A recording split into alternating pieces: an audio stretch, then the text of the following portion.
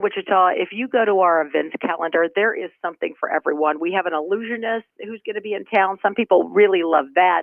That's going to be at Orpheum Theater. We have the NAIA wrestling tournament going on in Wichita. We have Disney on Ice. If you love Disney on Ice, if you love ice skating, we have that. So really what people need to do, Joel, is just go to visitwichita.com and then click on the event calendar. And let's say, this weekend doesn't work, but maybe, next month you're looking for something to do. Hop on there and just see what's going on, and then just bring the kiddos. Our hotels are affordable. Our restaurants are fabulous. It's just a really great city. And I love too with this is it's not hard to get around. You can get across town in 20 minutes. So nothing is too far out of driving once you get here. And it's just a good time. It really is just a few hours from the Colby and Goodland area. So it's a nice trip. Major highway all the way. It's Jamel Halaparik, Director of Public Relations with visitwichita.com. Now, I do have to ask this with the sharks coming in. Will we have Daddy Shark and Mommy Shark and Shark? Baby Shark, Shark, Shark, Shark. Baby Shark, Shark, Shark, Shark. I didn't know if we'd have that. You got it. There you go. Well, Jamel. I got to tell you, Joel, though, I think, seeing this exhibit, it gives you a new perspective when you are out there in the ocean. You better be able to swim fast if you get too far out. And it's not like the giraffes when you go to the zoo. You can't exactly walk up and feed them crackers at the old shark exhibit. Right. Probably not allowed to do that. That probably would not end well for you. Well, Jamel, I tell you what, thank you so much for giving us some things to do as we start to dive into spring and people are getting out. That cabin fever, we got to get rid of it. Temps starting to warm up. Boy, I tell you what, Wichita, Kansas, Sedgwick County, the place to be. And again, what are your socials? You know what? You can just follow us at Visit Wichita, and we're on TikTok. We are on Instagram. We're on Facebook. You name it, we're on there, but just Visit Wichita. Jamel Halaparik, it's the visitwichita.com. This is NWKS Radio. Your home for Goodland High School athletics, Fort Hays Tech Northwest basketball, the Denver Broncos, and the Morning Blitz with Ross Volkmer and Max Gershon. This is Rocket 1025, KKCI FM, Goodland, Colby, an NWKS radio station. Here is the latest news and information that impacts you. I'm Derek White. Officials at the Kansas Department of Health and Environment issued an alert on Monday for healthcare providers to be on the lookout for symptoms of measles as cases rise in the nation. A semi and trailer were headed westbound on I-70 just after 2 p.m. yesterday when a gust of wind caused the rear of the trailer to swing into the passing lane and began to tip. The truck flipped over onto its driver's side and came to a stop, blocking westbound lanes at mile marker 9. The Kansas Highway Patrol reported that the driver suffered minimal injuries. Kansas is holding a statewide tornado drill. The drill will take place today at 10 a.m. in most of the state. CAKE reports the tornado drill is being held as part of Severe Weather Awareness Week.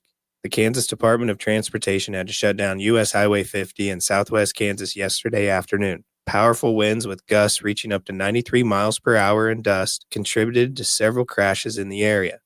Kansas held high school wrestling state championships over the weekend, and the girls' 3-2-1A was won by Norton, then Oakley in second place and Russell in third. Norton had 3 state champions in Kaysen Miller at 115 pounds, Haley Fannin Still at 140 pounds, and Cadence Greason at 190 pounds. Today, the Colby Community College will be conducting a blood drive at the Colby Columbian Club at 415 North Sterling from 7:45 a.m. to 1:30 p.m. You can schedule your appointment by visiting redcrossblood.org. After the Stations of the Cross, there will be a fish fry at Colby Columbian Club Hall on 4th and Sterling at 6:15 p.m. Friday. Eat in or drive through for fish, coleslaw, hush puppies, and mac and cheese. Suggested donations are $15 a plate, with proceeds going to the local KFC projects. The Oakley FFA is hosting a blood drive on Friday from 9:30 a.m. to 3 p.m. in the Oakley High School home ec room. The sign-up sheet will be in the Oakley High School office if you would like to donate. For more information on this and other stories, visit nwksradio.net. Rocket 1025. Today we'll be following the first spring storm system that will be exiting into the upper Midwest. Skies will be sunny with highs in the mid-40s, northwest winds at 10 to 20 miles per hour. Tonight's lows will be in the middle 20s, and tomorrow increasing clouds, highs in the middle 50s, southeast wind at 10 to 20 miles per hour, and lows in the upper 20s. For Friday, the next trough and low pressure center will track along I-70 with snow and wintry weather and poor travel conditions expected north the Kansas-Nebraska line and along I-80. Northwest Kansas will be cloudy, colder with highs around 40, lows in the low 20s, and a north wind at 15 to 30 miles per hour and a bit breezy. The weekend and early next week, ridging will build in, warmer spring-like and dry conditions. Saturday's highs in the 50s, Sunday through Tuesday highs in the 60s or low 70s, and lows in the upper 20s to mid-30s. This is meteorologist Chris Schromick from the NWKS Radio Weather Center. March is here, and you know what that means. It's time to put your basketball knowledge to the test with NWKS Radio's Bracket Challenge. Think you can predict the madness? Fill out your bracket with a shot at a stack of cash and, of course, bragging rights. Whether you're a hoops expert or just flipping a coin, everyone has a chance to win. Pick up your brackets on March 17th from the Cowboy Corner Express, Twister's Bar and Grill, Vince's GM Center, the Farmers State Bank in Oakland, and the Schooler Company. It's NWKS Radio's Bracket Challenge. Farmers, what do you expect from your crop insurance agent and company? Knowledge, service, peace of mind knowing you have the coverage you need for your operation? This is what you deserve and more. This is what you have with Rain and Hail Insurance and the girls at the insurance agency in Goodland.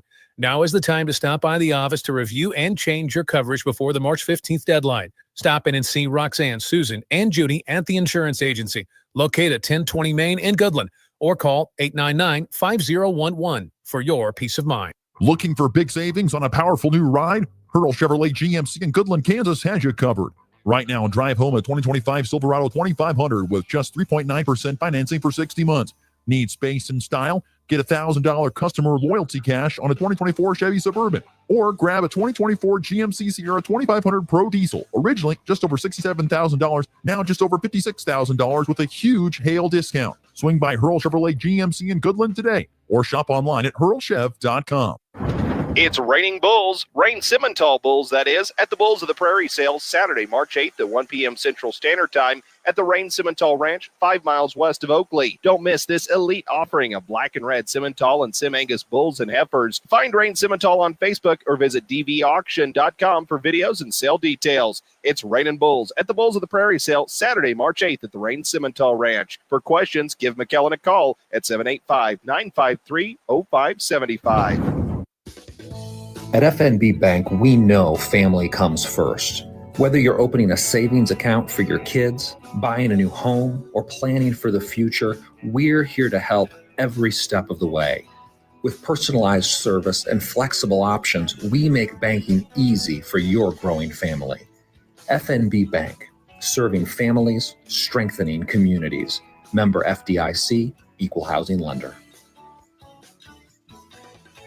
New year, new projects, and new deals at Hoover Lumber Ace Hardware. Start 2025 with a bang by tackling those home improvements. Refresh your space with vibrant Benjamin Moore paint or stock up on storage totes and shelves, perfect for organizing. Lumber prices are down, making it easier to tackle your next big project. Keep warm while you grill year-round with their top-notch grills and smokers from Traeger and Weber. And don't let the snow slow you down. Check out their great selection of snowblowers from Ego and Toro. It's Hoover Lumber Ace Hardware with locations in Goodland and Colby, your partner for a productive new year. You ready? Ready? 1, 2, 3,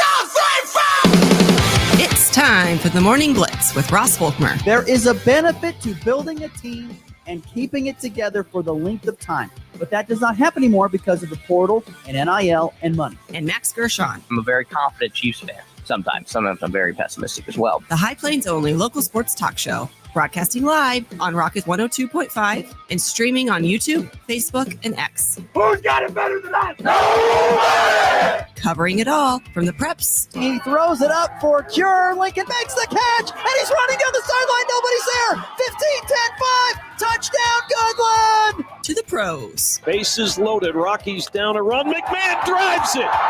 Deep right field. How about a walk-off grand slam?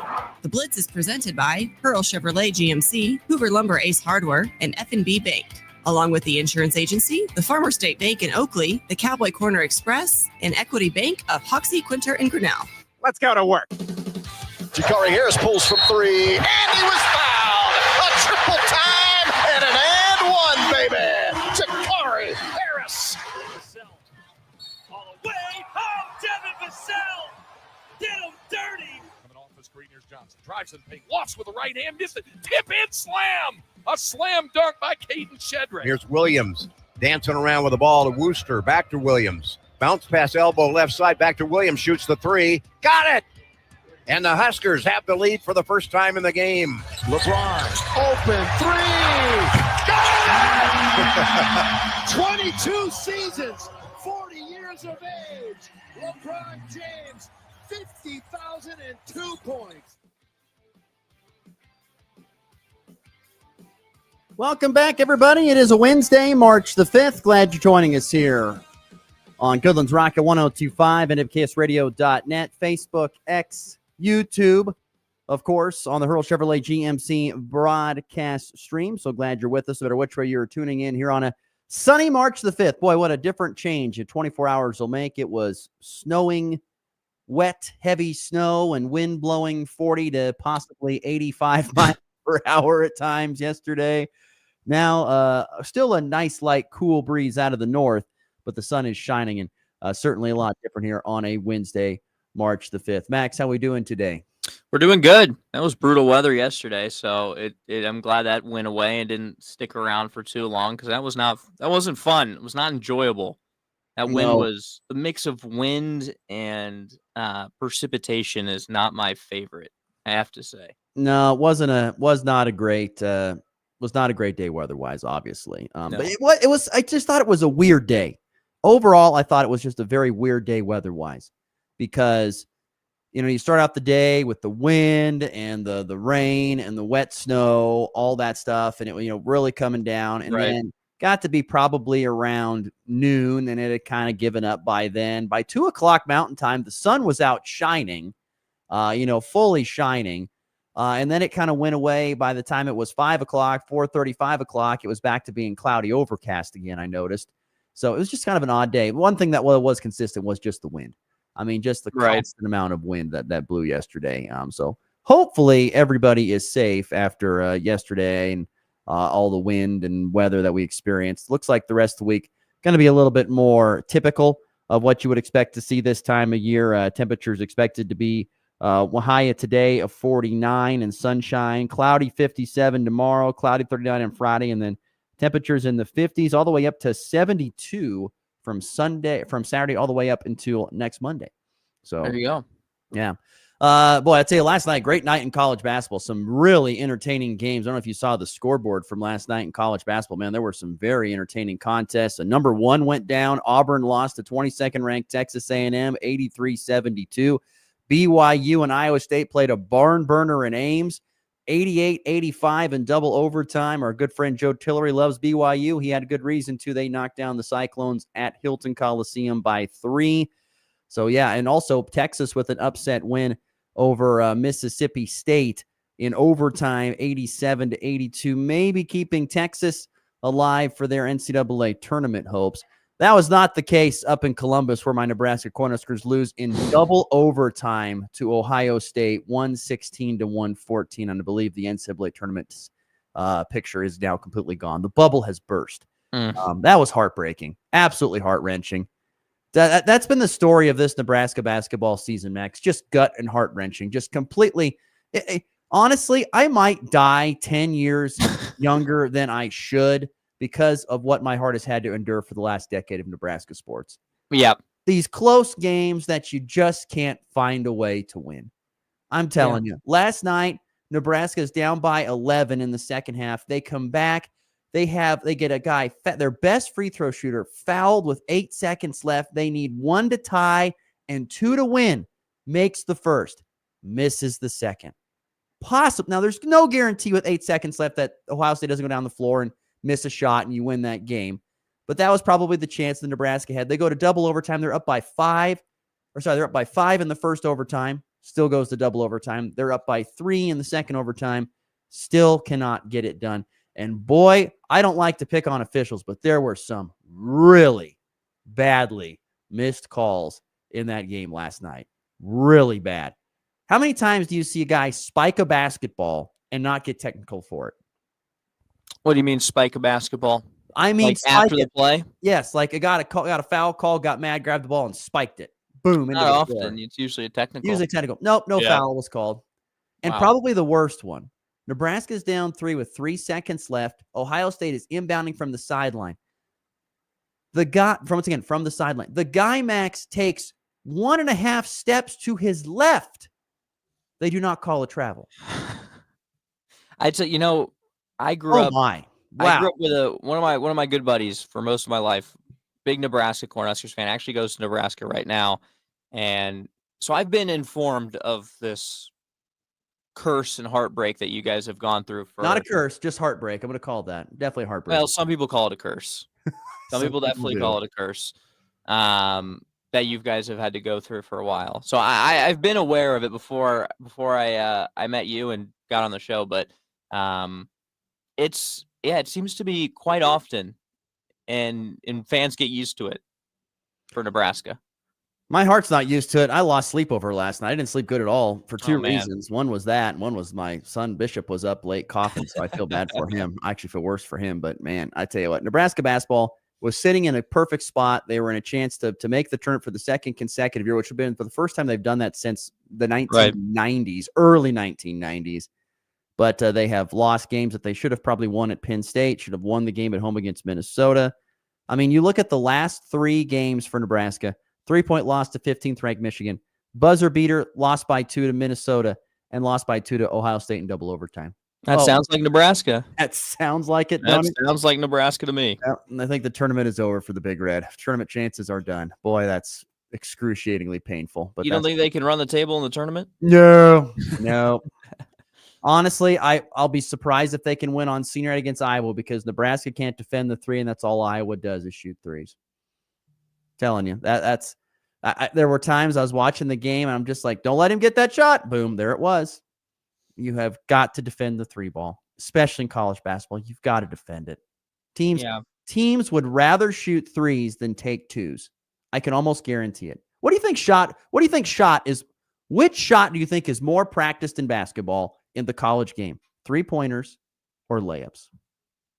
Ooh, probably 3s. I would almost bet. Now, I know people are going to chime in and say that's ridiculous, but I would bet 3 balls are actually practiced more than layups. Well, you kind of assume you can make a layup at you. Well, if I don't think, KU might not practice either, the way they play on the court. They look like they don't practice anything besides right-handed hook shots from Hunter Dickinson and little push jumpers from KJ. But yeah, for me, it was an NBA night. I was locked into the NBA. Yeah, LeBron goes over 50K. I have some numbers for that in the walk-off today. And Cavs win their third 11-game winning streak of the year. Third 11-game winning streak. They're ridiculous. 51-10. It's the Cavs. Yeah. It's amazing that no one talks about the Cavs. No one, but the Cavs and the Thunder are the 2 best teams in the league, and everyone wants to talk about the Lakers and the Thunder. If you had to Lakers and the Celtics. If you had to put money down, or bet the farm, as I always like to say, would you say it is going to be Cavs and Thunder for the NBA Finals? Oh, boy, it's so tough. I want it. A lot of people want it. It's going to be hard for the Cavs to beat the Celtics in the playoffs in a 7-game series. And I hate to say it because I hate the Celtics and I love the Cavs, but it's going to be tricky for them to beat the Celtics in the 7-game series. And same for the Thunder with the Lakers now with Luka, as they just have figured it out and they're dominating. So, and the Nuggets even, it's hard for the Thunder to beat the Nuggets in a 7-game series. They just have that experience. So everyone wants it because those are the 2 best teams in the NBA, but I wouldn't be surprised if you saw Lakers, Celtics, Nuggets, Celtics, something like that. But boy, I think there's a good chance though. There's a solid chance you could see Cavs Thunder, which would be really fun for the NBA. Well, we'll see. Who knows? But yeah, let's. That was that was our nights last night. I don't know what everybody else's was up to, but probably just trying to not hear the wind blow through the windows. Right, was the biggest thing that people were trying to do. Coming up on today's show, we're going to talk some sub-state basketball. There's a couple area teams in action tonight. Goodland versus Colby boys for the 5th time, and Hoxie versus Oakley girls, which will be happening again. So you got a couple of rivalry games happening tonight in the semifinals of 2A girls and 3A boys. We'll get our discussion on that coming up in segment 2. The Sun Belt tournament basketball, that gets started today or tomorrow? I believe so. I think it started today. The Sun Belt basketball tournament gets going today, and they have got themselves a very interesting tournament format. I don't believe anybody else is doing this type of tournament format or has ever thought about doing it. But it is a fascinating thought. And we're going to have a discussion on that coming up in segment 3 about the Sun Belt tournament format, because it is not like any other tournament that you have ever seen or discussed. So we'll get to that coming up in just a little bit. But I teased on the show yesterday that we would kick off the show talking about more changes coming to college sports because I believe there was something that was passed yesterday, voted on and passed yesterday in the ACC that I think is going to change college sports again here in the coming years. So the backstory of this is Florida's ACC, Florida State, and Clemson. The two as institutions of Florida State and Clemson have been suing the ACC for the last couple of years, saying that they should be able to get out of their television rights deal so that they can go to a different conference and make more money, because the ACC's TV deal is locked in through 2036, which once again, that deal was signed probably in 2006. It was like a 30-year deal. Well, in the span of this 30 years, for those who need some context, television rights deals have gone through the absolute roof. And so that's why you've seen like the Big Ten and the SEC and even the Big 12 redo deals to keep their conferences and to keep their teams and their schools and their conferences getting more money. That's why you see the SEC rolling in around, maybe $65 million per school a year, and the Big Ten around 70 to 75 million per year, and the Big 12 maybe pulling in around 60 million per year, each institution. And so the ACC, so Florida State and Clemson are mad that they're still locked in this deal that's, almost going to be, it's pretty much 25 years. Actually, no, it's 20 years old practically. And there's still 10 more years left on this deal. Still another decade left on this television rights deal. And so Florida State and Clemson have been suing the ACC, saying that they need to be able to find a way to make this work better so that they could get this rights deal redone, or allow Florida State and Clemson to get out so they can go be part of another conference and make more money, because they believe that they are better than the rest of the ACC. And let's be honest with you, they have more clout in that conference, at least football-wise, than anybody else. Yeah. And that's the biggest thing. That's the biggest driver is football. And so with that context, they announced a change to where they are going to change things up a little bit here over the next couple of years. So they have changed it up to where, first and foremost, they're going to make it so that now over the next every year, the buyout to be, because I think the buyout to get out of the conference is like $700 million right now, like to get out of the conference. So if Florida State said, well, we want to get out of this conference and go to the SEC, it would cost Florida State $700 million. And in today's college athletic realm, you cannot afford that, because you have to be able to pay your players now. There's tons of money coming out. And so that is a humongous amount of money going out of the pockets of institutions. So they don't want to pay that. So they have made a deal that now the exit penalty will reduce significantly. It will go down each and every year. That renewal fee will go down, and then it will stop at 75 million, I believe, is where that will end when it gets to 2036. So it's going to lessen as the years go on. So in case there is something that comes up and it's a little bit cheaper, you can do it, I guess, if you want to. But to me, the biggest thing that I saw out of this whole deal, Max, was the new revenue distribution model, or as they're calling it, brand initiative, will be based on a 5-year rolling average. So 60% of the total ACC television revenue, so all the money the television gives the ACC conference, that will go towards this initiative. More weight will be given to recent viewership. So a team's total viewership will then be divided by the total ACC viewership to equal its percentage of money available in the pool.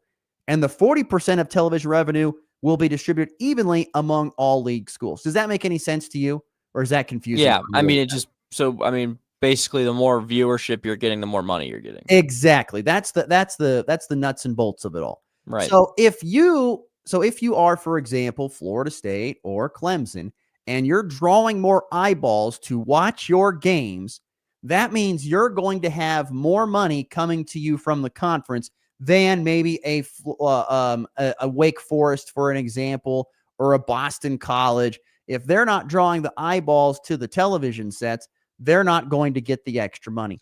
So they have decided to say, okay, so we're going to take 40% of the money, and it's going to be divided out equally amongst all of our members, all of our conference members. Then 60% of it is then going to be based upon how your viewership is. So that's how, and to me, I believe that is the biggest thing out of this whole ordeal, because I believe that this is just the This is just the start of the snowball rolling down the hill in college athletics. And I'll tell you why. Because I believe that every conference in America will probably be doing this within the next 5 to 10 years. Because precedent has been set. So every conference in America will say, okay, this is great. Let's find a way to do that, because guess what? The rich need more money. The rich need more money.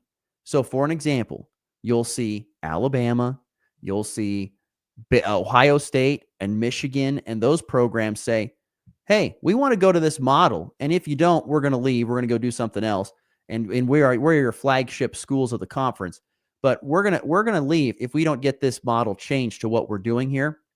And so because of that, they're going to change that model, and then they're going to make sure that they look at viewer numbers. Michigan draws more viewers than anybody else, or Ohio State draws more viewers than anybody else, or Alabama draws more. So they're going to get even more money. So you're going to see the powers that are already superpowers become even bigger and pull themselves away, because they'll have more money than anybody else, not only in their own conference, but in the rest of college athletics. Get what I'm saying there? Yeah. So, I mean, it's pretty much the teams have become, the top teams have become bigger than the conference. They are. Yes, I believe that's what's going to happen over time. Well, I think they're already there. It's just how they use that to their advantage, and this is just another way that they can use that to their advantage. They're already there by way of, like, if you have a great fan base and you want to have a big NIL collective, because that's one way of having more money than it. Because guess what? Right now in the Big 12, let's just use this as an example. In the Big 12, every single team gets, their 55, 60 million, whatever it is. I don't know what the exact number is per year. They get Kansas State and KU get 45, 50 million per year from the television rights deal that Brett Yormark has put together with the television companies from CBS and ESPN and all that. They're getting their $45 million, $50 million per year. Everyone is getting that. Doesn't matter if it's Cincinnati or Kansas State or Texas Tech or Arizona, it doesn't matter. Everybody's getting that. And then you can supplement that with your NIL money, where you're going to have all this extra money come in from, your fan base just wanting to donate to the program. And that's going to allow you to hopefully get better players and all that stuff with the more money. Like we've seen, Kansas State, for example, have the highest paid player in college basketball in Coleman Hawkins, probably making over $2 million a year. So we're seeing that now. But now you can even add another layer on top of that. So if you're a team or a school that gets a ton of viewership numbers, like your viewership numbers are greater than anybody else, then that means that you're probably going to get even more money from your television deal than what other teams are getting. So you're just going to continue to make that gap even wider from the very, very good and big to the whatsoever rest of the league. Yeah, I mean, it's definitely, it makes sense with the future that that NCAA is going in. I totally get it. And that could be big. It's just depending on which way all the other conferences go. I just think that I think once again, this is where I'm going to bring it to the local side or the regional side, is that if you're Kansas or if you're Kansas State, right, or even if you're Colorado, this should probably scare you. This should scare you because I don't know, because first and foremost, your population base is not as big as some of the other big time schools that are in your conference. And second of all, if you don't have a great season going on, I mean, you can speak from it. You've been to the booth before when the season's not good. Right. There's no one in the crowd. You think anybody's going to watch those games? No, well, it also makes, teams like, we talked about Wake Forest, we talked about the bad teams. Wouldn't that make them want to have a really strong out of conference schedule to get really good teams to play them on TV? I haven't thought about, but that's very interesting. You see what I'm saying?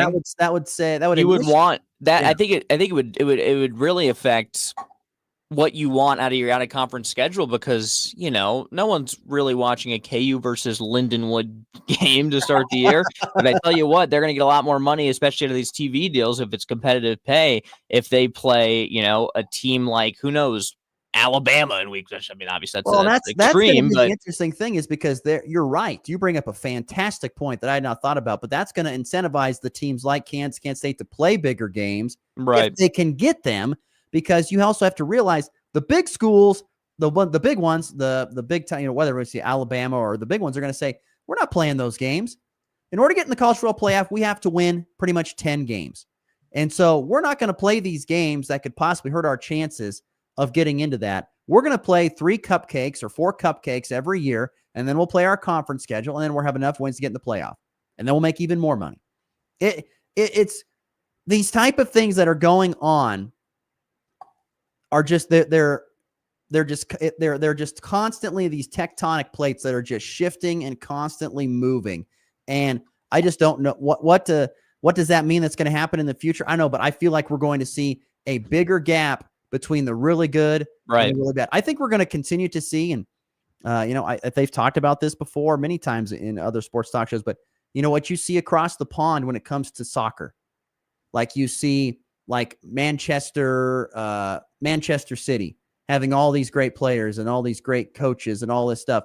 And they've won so many Premier League titles over the last few years, and no one else can really catch them because they're spending more money and getting more money than anybody else. They have the funding to do that.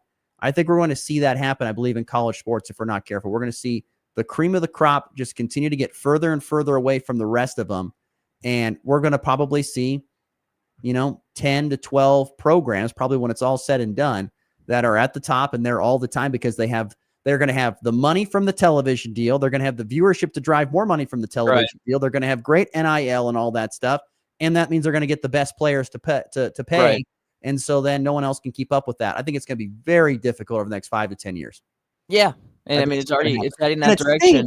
It stinks for, but it stinks, I think, for like I said, for Colorado, or sorry, not for Colorado. I mean, yes, it can for Colorado. And yes, Jared chiming in saying, well, the Buffaloes had great viewership. Yes, they have had great viewership numbers. Thank you to Coach Prime.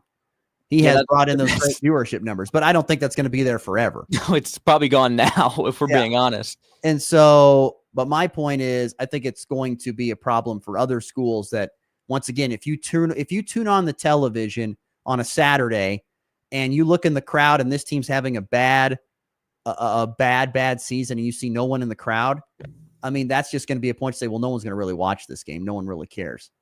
So, yeah. I got a tease, and I've got a tease now. Ooh. You tease this. Some breaking news after the break regarding a Chiefs trade that has been finalized this morning. Whoa. All right. I look for that.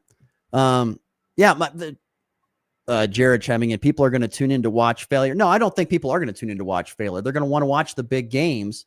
And once again, I think the schools that don't have really, really good games are not going to get the money, and the schools that don't have the fan bases that are through the thick and thin, I think are going to struggle as well. Also, producer Papa Gershon timing in here as well. If that is the case, then these small market colleges who have benefited so far by playing the big college names will not have that opportunity in the future. No, it's going to hurt. This feels like something that would affect football more than basketball. Well, that's the thing. It's driven by football. There's no doubt it is driven by football. It will trickle down into basketball. Right. It's football. It's a lot more black and white when it comes to this stuff of the money mattering, all this stuff mattering a lot more in football than it does in basketball, in my opinion, because, it's just such a different sport. Like, it doesn't matter. We'll see this tournament. It's probably not going to matter who has got the most money. It's shown this year. It doesn't really matter who's got the most money. They haven't been as successful as some other teams. So it'll be interesting. Once again, I think the trickle-down effect, you will see it impact all the sports at some point in time. I think you will see that. But I just find that that's a fascinating move out of the ACC, because I think it's setting precedent for other conferences to follow. Not right now, but I'm saying in the future we will see them follow this model where the top dog, where the rich will only get richer at some point in time. That's my opinion. Okay, well, we've got breaking news to get to after the break. We will also talk some high school hoops as well, so stick around. During the break, though, if you'd like to be a winner from the Kansas Lottery, we have still a few more tickets to give away this week. The Hot Sevens family of instant scratch tickets. Text in the word HOT to 785-899-2222. That's the F&B Bank text line at 785-899-2222. Text the word HOT, and you could be a winner from the Kansas Lottery here on this Wednesday morning. Back with more on a Wednesday edition of the Morning Blitz. If you're shopping for a banking institution, visit with Equity Bank of Hoxie, Grinnell, and Quinter, Kansas. The Equity Bank is heavily invested in local business and activities contributing in many ways back to their community. Their employees are involved with many organizations and area events. Plus, a lot of experience comes with that staff. You'll find valuable local assistance when you bank at the Equity Bank of Hoxie, Grinnell, Quinter, and other locations in Western Kansas. The Equity Bank, member FDIC. It's time for a check of the markets with the Anderson Trade Group on the Kansas Farm and Ranch Radio Network.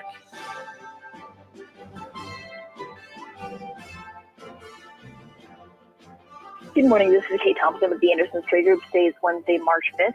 On the overnights last night, May corn higher 4 3/4 at 4.56 1/4. July up 4 1/2 at 4.63 1/2. September up 1 1/4 at 4.42 1/4. December up 1/4 cent at 4.47. May soybeans up 5 1/4 on the overnight at 10.04 1/4. July up 4 1/4 at 10.18. August up 2 3/4 at 10.14 1/2. September up 2 1/4 at 10.01 3/4. Chicago wheat and May contract higher 8 1/2 at 5.45 1/4. July up 8 cents at 5.59 1/4. September up 8 at 5.75 3/4. December soft wheat up 7 3/4 on the overnight at 5.98 1/2. Kansas City wheat, the May contract higher 7 1/4 at 5.55 3/4. July up 7 at 5.70 1/4. September up 6 3/4 at 5.85 3/4. December up 6 3/4 at 6.07 3/4. On the stock market this morning, the Dow down $32 at 42,563. The S&P down $2 at 5,787. The Nasdaq up 14 at 20,413. Gold lower $10 an ounce at 2,910. Crude oil down $1.62 a barrel at 66.64. If you have any questions about marketing grain or would like to talk about risk management options, give our Colorado office a call, John Hankey or John Stiles at 970-744-4484, or in our Kansas City office, myself, Tom Fluto, Jared Law, or Tyler Dosh at 913-748-3000.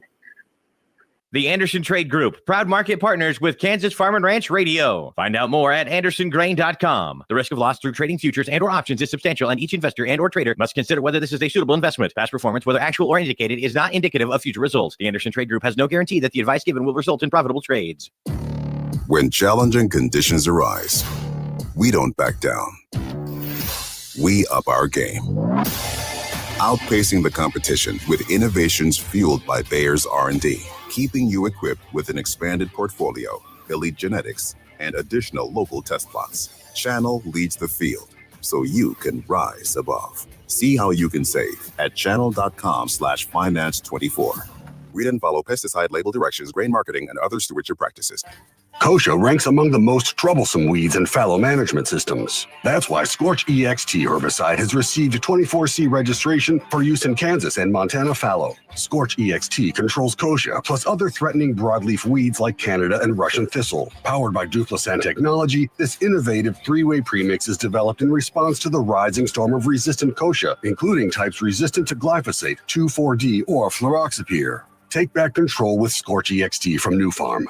Big savings are waiting at Hurl Chevrolet GMC in Goodland, Kansas. Get a 2025 GMC Sierra 2500 with 4.9% financing for 60 months, or drive off in a 25 GMC Sierra 1500 with $2,750 in rebates or 2.9% financing for 48 months. Plus, don't miss your chance to save big on their last hail vehicle, a 24 GMC Sierra 2500 Pro Diesel, originally just over $67,000, now just over $56,000. Deals this good won't last. Hurry to Hurl Chevrolet GMC today or shop online at hurlchev.com. From the locker room to your morning commute, it's all sports, all the time. That's what I'm talking about. Sport! On the Morning Blitz.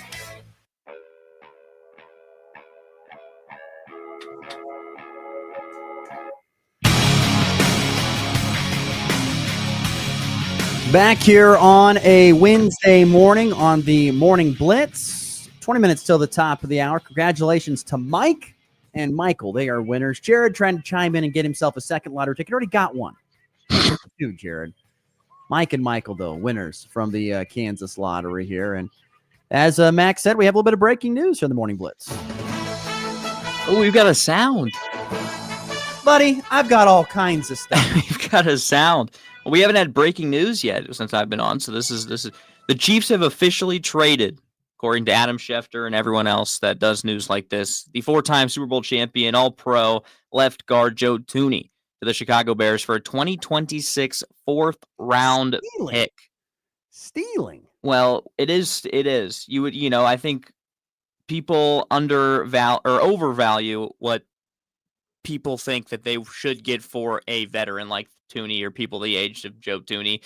He's getting paid $26 million this year as a cap hit. The cap hit is $26 million.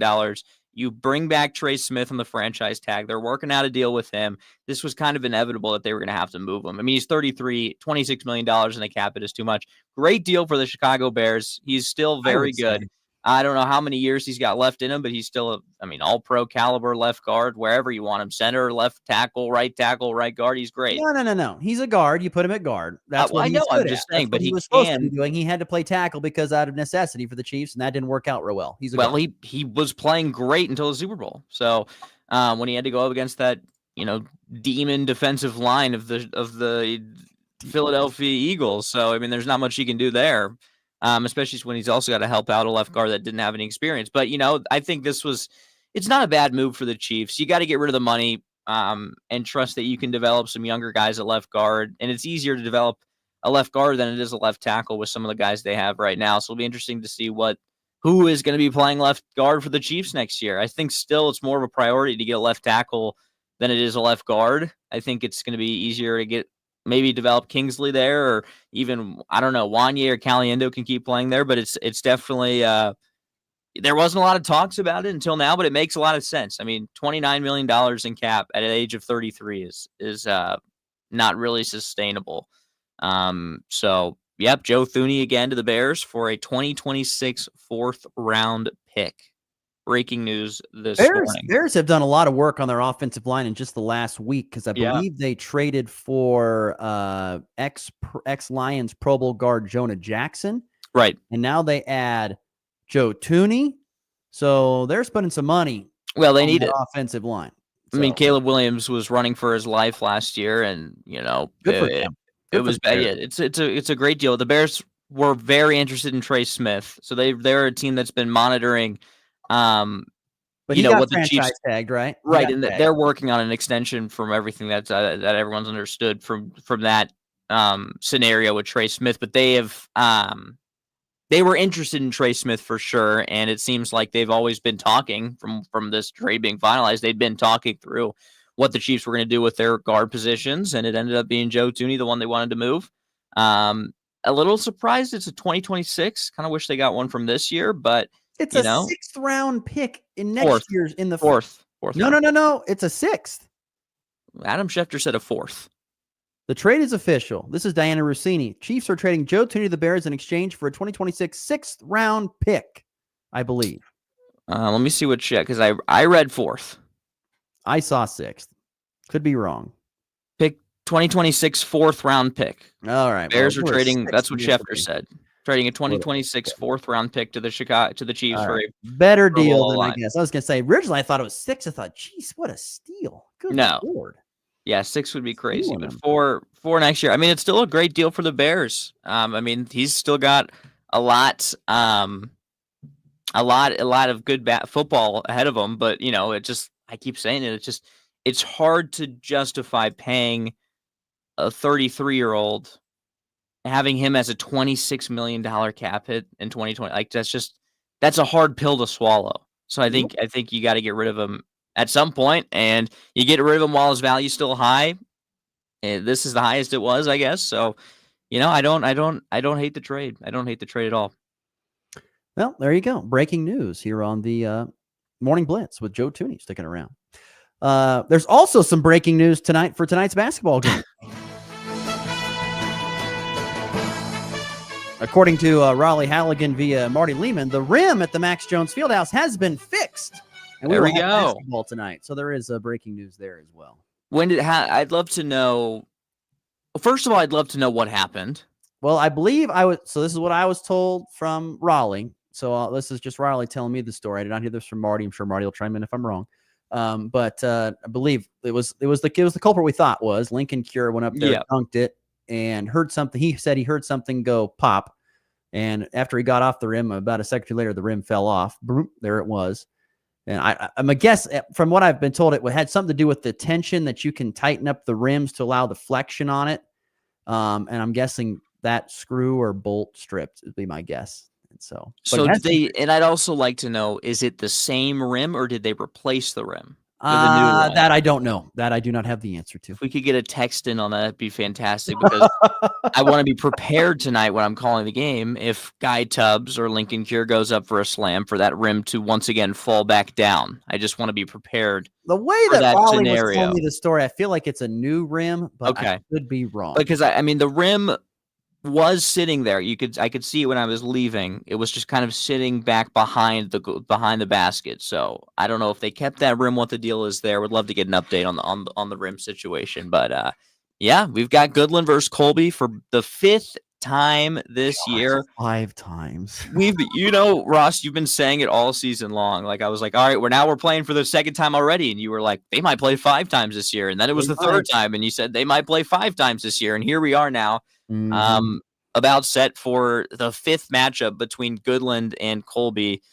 These two teams know each other so well. They really do. It's kind of crazy.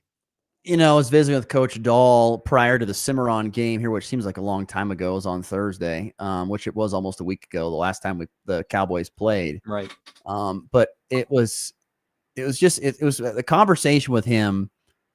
I asked him what the basis of the question was, what's the most challenging thing about the postseason? I gave him a few options, and he goes, well, there's no doubt that when you have to play a team again that you've already played so many times, it's such a challenge because they know you, they know what you want to do, all that stuff. You've seen them so many times. It's a challenge because you just know each other so well.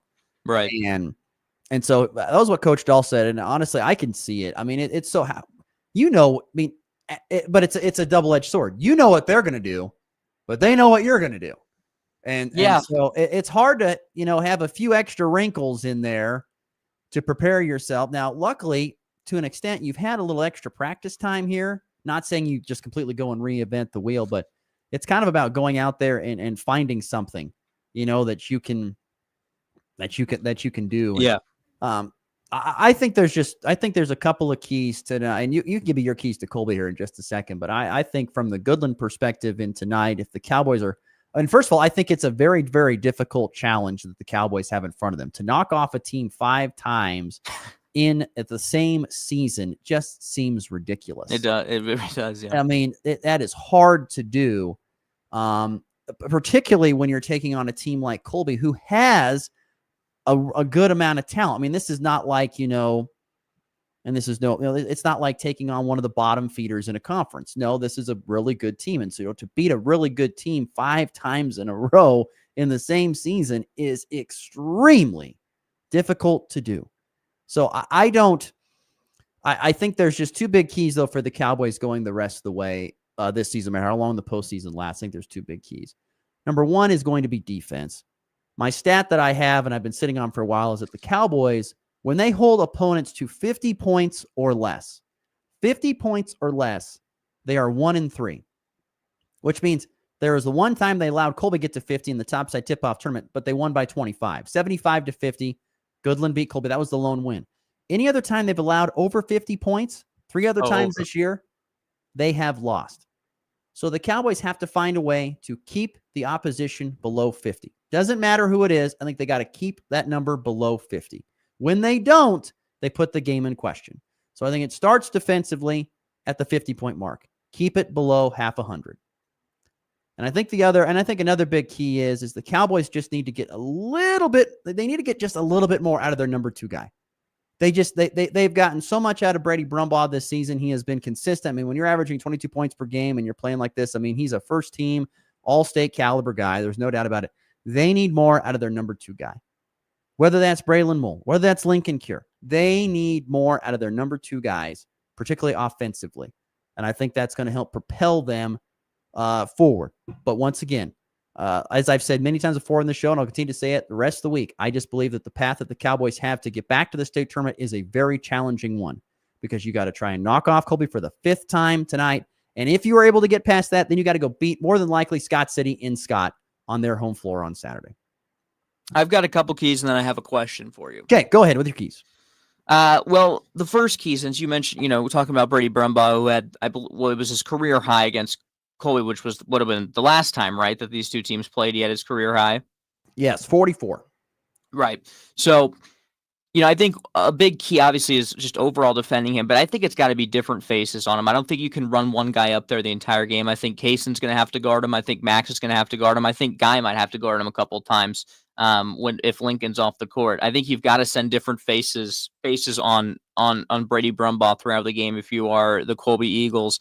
And then I think also down the stretch in the fourth quarter, you have got to find a way to have the ball in Jordan Jones' hands, and he has to take the big shot. There's been a couple times this year against Goodland where at the end of the game, they go on that big run and Colby has no answer offensively. And, they're not even really getting good shots up. You've got to find a way to get your number one guy good looks down the stretch, because that's what Goodland does. And Colby's going to have to respond when those punches are thrown down late in the game. So those are the two keys to me: scoring late in the fourth quarter and finding a way and having different matchups against Brady Brumbaugh throughout the game. My question for you is, who has more pressure going into this game? Who feels the pressure more? Oh, it's no doubt it's Goodland. I mean, why would it not be? Right. Won it. Here's the thing. You've won 4 times in a row over Colby now. You've won 4 straight in this season alone. I think it's actually, maybe 6 in a row going back. I think it's more than that. I think it's 7. Okay, 7 or 8 in a row going back. But in this part, you've won 4 in a row in the same season, and those games have been all kinds of things. They've been dominant wins by 25 points all the way down to the last possession. So I think that's and also there's higher expectations.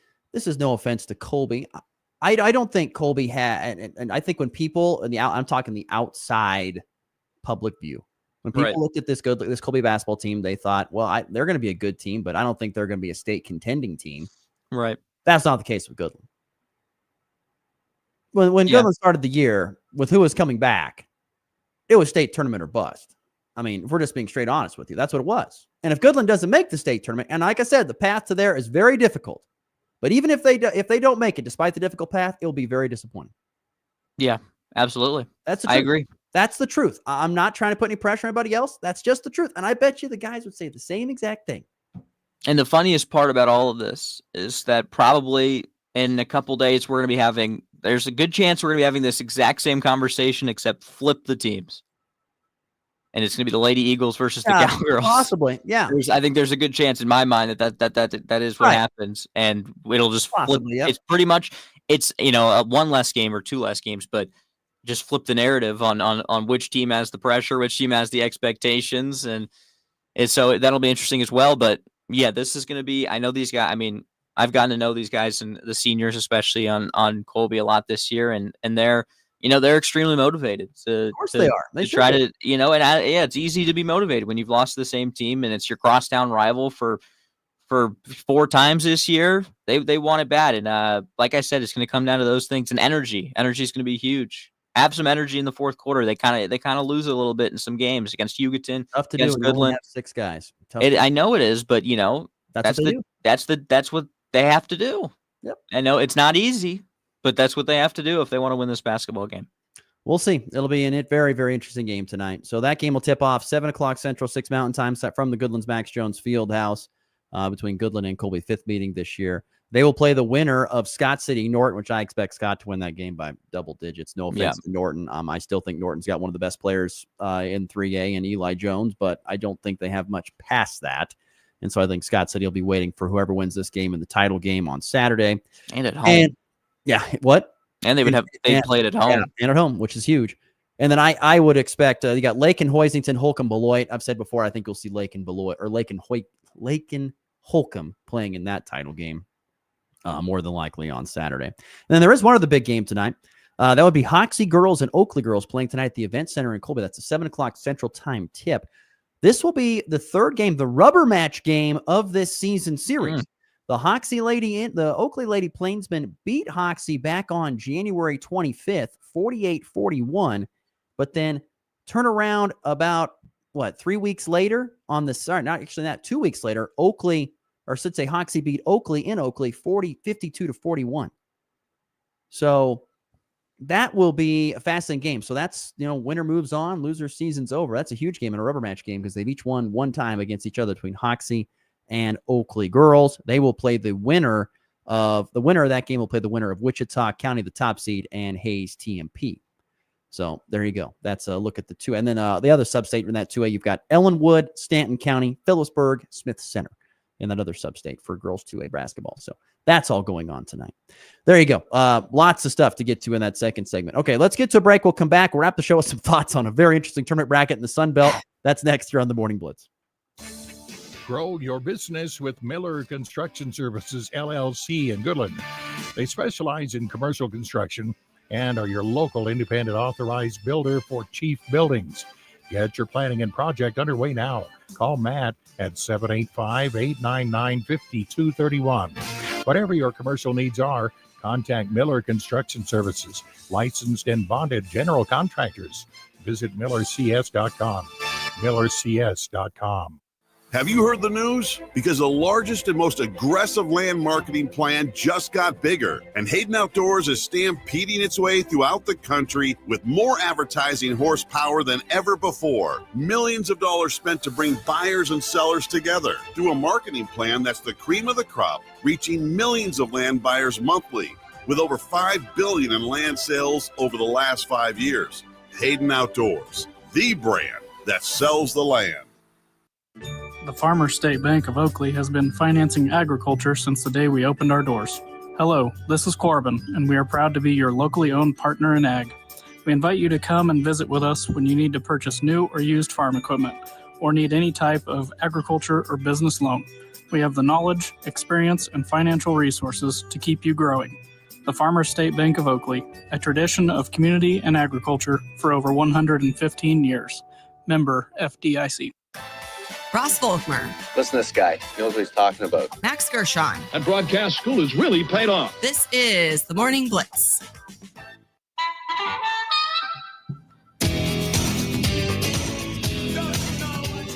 Last week, of course, was state wrestling, but I saw today kicks off state bowling.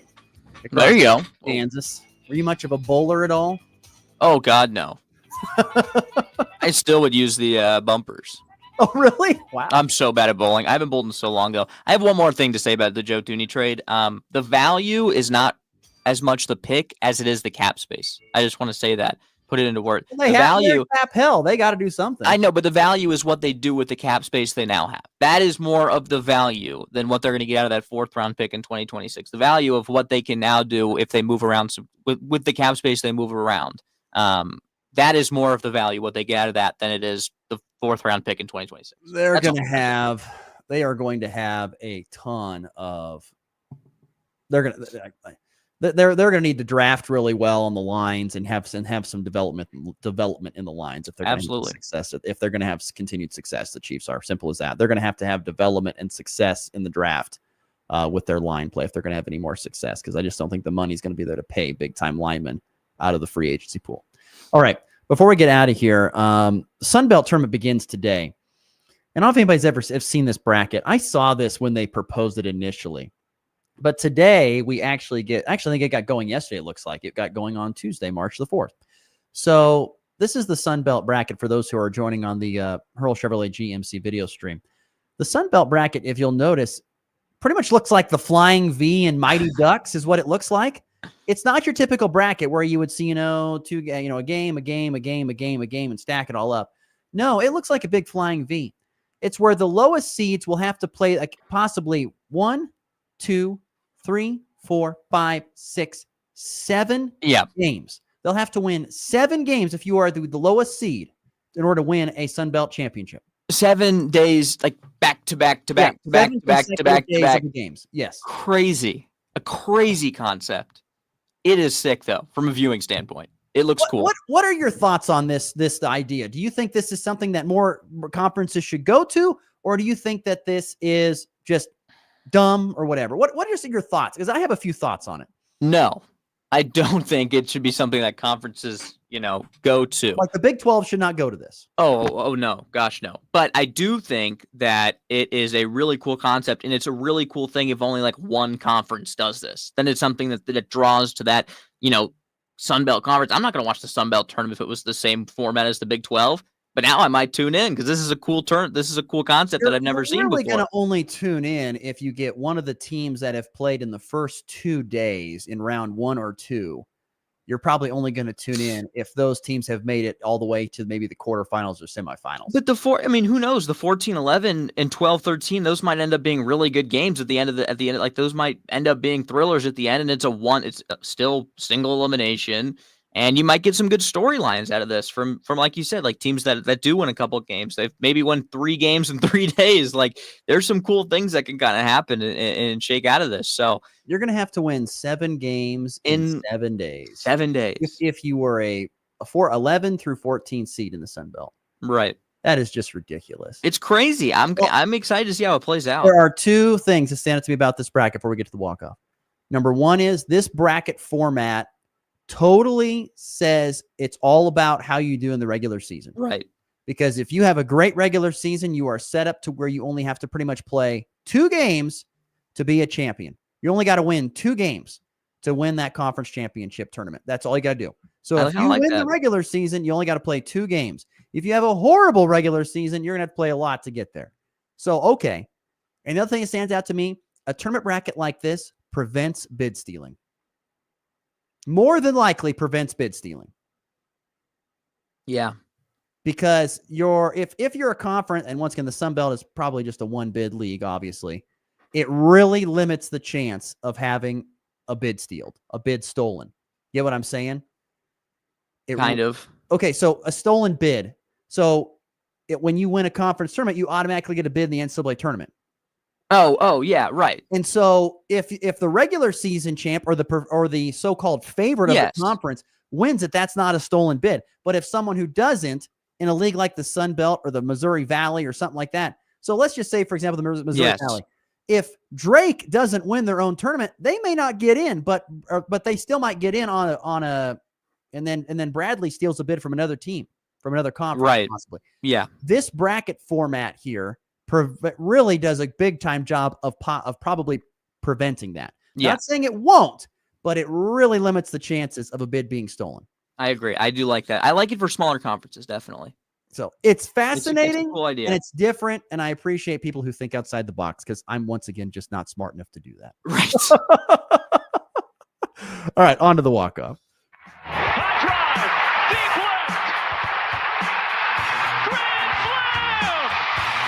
And back lifts his ball high, deep to right. How about a walk-off Grady? Thomas to the 10. Difference going on in New England. They win it on the first play of overtime. Mahomes flings it. It's there. Hardman. Jackpot. Kansas City. Brian agrees with me, so thank you, Brian. Yeah. I appreciate you timing in on that. What do you got in the walk-off today? LeBron has 50,000 points now, first ever, do it. He did it last night at the age of 40 years old. He's still playing like he's 27. He's got the same splits as he did when he was on his first year in the Miami Heat. It's truly incredible to watch him continue to play. Listen to this really quickly before we go. JJ Redick is head coach, obviously. When JJ Redick was in college, LeBron was averaging 27-7-7. When J.J. Redick was an NBA rookie, LeBron was averaging 27-7-6. When J.J. Redick was an NBA starter, LeBron was averaging 27-7-6. When J.J. Redick was a 15-year veteran, LeBron was averaging 25-8-8. When J.J. Redick was an analyst and podcaster, LeBron was averaging 26-8-7. And now J.J. Redick is LeBron's head basketball coach, and LeBron is averaging 25-9-8. His continued success is something we have never seen in sports before. Him and Tom Brady, they never age, man. Nope. Never age. Unbelievable. Those two guys never age. It is impressive. There's plenty of other stuff going on tonight besides the high school basketball. You've got K-State men's basketball wrapping up the road schedule at Cincinnati. That's on AM 790 KXXX at 6 o'clock Central Time. Kansas women begin the Big 12 tournament for the women's side. They take on 14th seed Texas Tech in KC. Fort Hays Tech Northwest basketball wrapping up their regular season in the Jayhawk tonight down at Independence. And Fort Hays Tech Northwest softball on the road down at Seward County tonight for a doubleheader on the Diamond. That'll do it for us. Catch tonight's broadcast between Goodland and Colby on your favorite NWKS radio station. For Max, I'm Ross. We'll see you here tomorrow on the Morning Blitz.